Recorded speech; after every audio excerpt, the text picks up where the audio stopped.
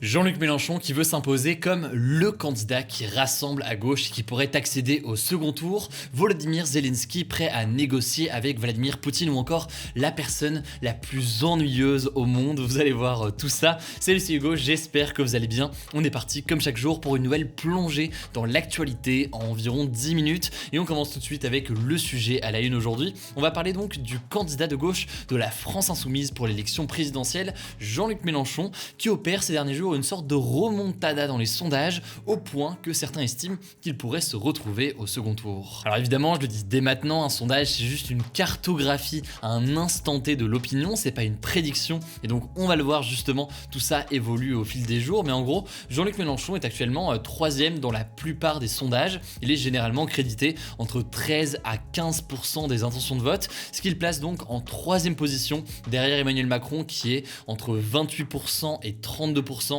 et Marine Le Pen qui est entre 17% et 21%. Mais alors, comment est-ce que Jean-Luc Mélenchon fait actuellement campagne pour tenter de revenir ? Eh bien, ce dimanche, Jean-Luc Mélenchon a organisé une marche pour la 6e République à Paris qui a rassemblé, selon ses équipes, près de 100 000 personnes. Alors, le chiffre est contesté par certains d'ailleurs. Certaines images montrent que la place de la République à Paris n'était pas totalement remplie, mais tout de même, c'est un rassemblement absolument majeur depuis le début de la campagne présidentielle et ça fait donc forcément parler. Lors de ce rassemblement, Jean-Luc Mélenchon a appelé tous les électeurs de gauche à voter pour lui. En gros, il veut se positionner comme la candidature grâce à laquelle la gauche peut passer au second tour de cette élection présidentielle. En politique, c'est ce que l'on appelle parfois le vote utile. Un citoyen ne vote pas forcément pour son candidat préféré, mais parfois pour celui qui correspond pas mal à ses idées et qui a des chances de passer. Alors, selon la journaliste Pauline de Saint-Rémy du média Politico, les électeurs que Jean-Luc Mélenchon cible aujourd'hui pour gagner des voix, d'abord c'est les déçus du Parti Socialiste qui est représenté aujourd'hui par Anne Hidalgo, mais c'est aussi les électeurs d'Europe Écologie Les Verts et en fait plus largement les gens de gauche un peu perdus parmi les candidats et ceux d'ailleurs plus largement qui n'avaient pas prévu forcément d'aller voter. Et d'ailleurs on voit qu'il vise directement ces personnes, il a notamment dit dans son discours, je cite, « Chaque personne est personnellement responsable, chaque personne a la clé du second tour, vous ne pourrez pas dire je ne savais pas ». Alors au-delà des sondages, il y a une autre raison pour laquelle Jean-Luc Mélenchon veut y croire, c'est parce que en 2017, il était déjà donc candidat à l'élection présidentielle, il avait fait une sorte de remontada dans les sondages dans les dernières semaines avant le vote, il avait terminé en 4e position avec 19,58% des voix. À l'heure actuelle, étant donné que l'extrême droite notamment est plus divisée qu'en 2017, et bien s'il arrive à réunir autant de votes qu'en 2017, il pourrait tout à fait potentiellement se qualifier pour le second tour. Voilà, ça c'est donc pour la dynamique et pour les bonnes nouvelles, disons, du côté de Jean-Luc Mélenchon, mais il y a quand même des difficultés qui restent présentes. Déjà, il y a certains candidats à gauche qui restent assez hauts, avec notamment certaines surprises. Fabien Roussel, par exemple, le candidat du Parti communiste français, a un programme très proche de celui de Jean-Luc Mélenchon. Il est à environ 3% dans les sondages, mais ça reste des voix qui peuvent du coup manquer à Jean-Luc Mélenchon et qui peuvent être précieuses dans ce passage éventuel au second tour. Par ailleurs, il faut noter que Marine Le Pen reste haut aujourd'hui dans les sondages, donc ce n'est pas si évident. Et enfin, le dernier obstacle majeur de Jean-Luc Mélenchon, c'est la question de l'abstention. En effet, comme Marine Le Pen d'ailleurs, son électorat est un électorat qui peut avoir tendance à bouder davantage les urnes, par exemple la jeunesse. L'enjeu donc pour Jean-Luc Mélenchon, c'est de mobiliser cet électorat pour qu'il aille voter le 10 avril. Après, dans le cas d'un éventuel passage au second tour, Jean-Luc Mélenchon aujourd'hui dans les sondages est donné avec moins de 40% des intentions de vote dans le cas d'un second tour face à Emmanuel Macron. C'est donc en l'occurrence plutôt faible, même si encore une fois, je le dis, je le redis, je le redirai, ces chiffres sont à prendre avec beaucoup de pincettes dans le sens où c'est un sondage, c'est donc une cartographie de l'opinion à un instant T. Là on a fait le choix, vous l'avez vu, de se baser sur des agrégateurs de sondages, donc pour ne pas se baser que sur un seul sondage, mais pour voir en fait ce qu'il en est de la tendance générale avec les différents sondages. Je vous mets le lien d'ailleurs, je me voulais découvrir tout ça par vous-même. Dans tous les cas, sur ce sujet, les soutiens de Jean-Luc Mélenchon estiment qu'un passage au second tour, même s'il ne se traduit pas forcément par une victoire ensuite, pourrait permettre en fait de replacer la gauche et de replacer les idées de la gauche au centre du débat politique. Affaire à suivre donc évidemment dans les prochains jours et on continuera dans les prochains jours jusqu'au premier tour à analyser l'évolution l'évolution des différents candidats dans cette présidentielle. Ça vient donc en complément aux interviews et au décryptage des programmes que vous commencez à connaître maintenant. On continue avec le point sur la situation en Ukraine et d'abord cette première actualité, je voulais vous reparler de Mariupol, donc cette ville au sud de l'Ukraine qui est assiégée et bombardée par l'armée russe depuis maintenant plusieurs jours.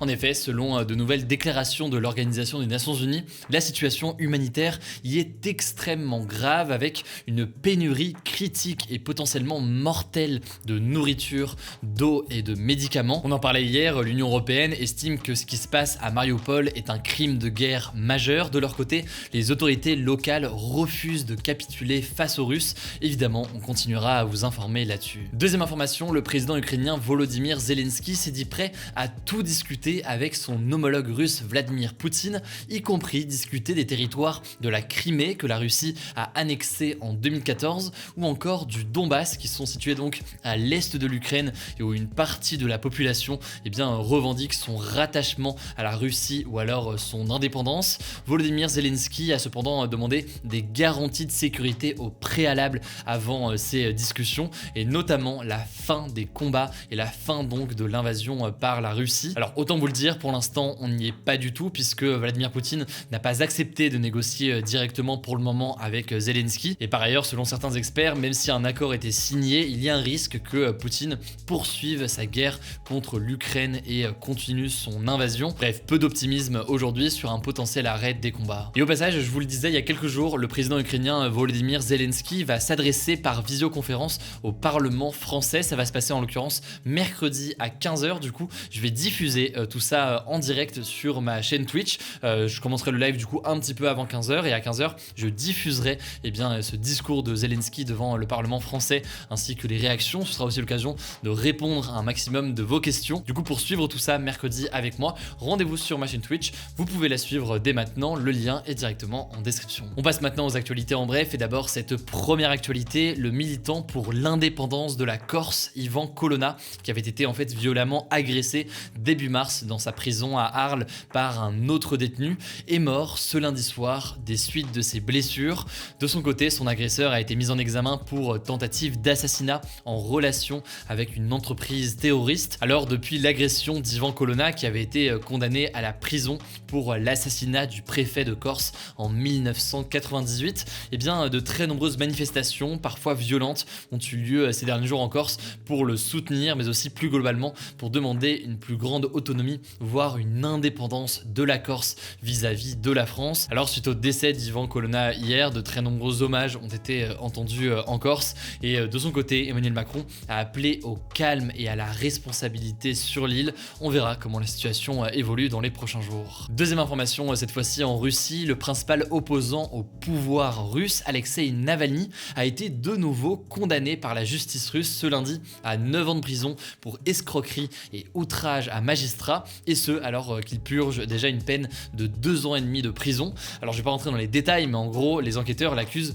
d'avoir détourné des millions de roubles de dons versés à ces organisations de lutte contre la corruption. Alors vous l'imaginez, de son côté, Alexei Navalny a dénoncé des accusations fictives et commandées en fait par le gouvernement russe et Vladimir Poutine pour le garder en prison le plus longtemps possible. Troisième information, cette fois-ci en France, elle est liée à la présidentielle. Le candidat Reconquête à la présidentielle, Éric Zemmour, veut créer un ministère de la remigration s'il est élu président de la République. En gros, ça consisterait à organiser le déplacement forcé d'une partie de la population actuellement en France. Selon Éric Zemmour, ce serait, je cite, les étrangers dont on ne veut plus, pour les renvoyer donc selon Éric Zemmour dans leur pays supposé d'origine, qu'ils soient, je cite, clandestins, délinquants, criminels ou encore fichés S. Alors la mise en place d'un tel ministère a fait vivement réagir, y compris au sein de certaines personnes proches d'Éric Zemmour, selon des propos notamment rapportés par le média L'Express, mais aussi des déclarations publiques comme ce tweet du fondateur de Livre Noir,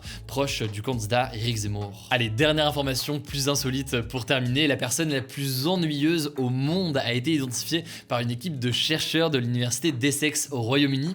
Ils ont en fait essayé de déchiffrer la science de l'ennui. Alors non, c'est pas une blague en l'occurrence, c'est même très sérieux. Les chercheurs ont en fait évalué les modes de vie de 500 personnes pour tenter de trouver ce qui pourrait être perçu comme ennuyeux pour les autres et quel impact cette perception pourrait avoir sur leur vie. Et en l'occurrence, le résultat, selon cette étude, c'est que la personne jugée par les autres comme la plus ennuyeuse au monde, c'est quelqu'un qui travaille en général dans l'analyse de données ou alors dans le secteur bancaire, qui est croyant et qui vit en ville et aime regarder la télévision. Alors désolé si certains d'entre vous se reconnaissent peut-être dans cette description. En tout cas, l'étude est assez intéressante au-delà de l'anecdote que je viens de citer juste ici. Et je vais vous voler plus d'infos, et bien je vous mets des petits liens directement en description. Alors le débat aujourd'hui, c'est le suivant. Pensez-vous que Jean-Luc Mélenchon peut accéder au second tour de l'élection présidentielle? Et pour participer, eh bien ça passe directement dans l'onglet communauté de cette chaîne YouTube. Pensez pourquoi pas au passage à vous abonner pour ne pas louper les vidéos suivantes et puis pour nous soutenir. Écoutez, prenez soin de vous, prenez soin de vos proches et on se dit à demain pour une nouvelle vidéo.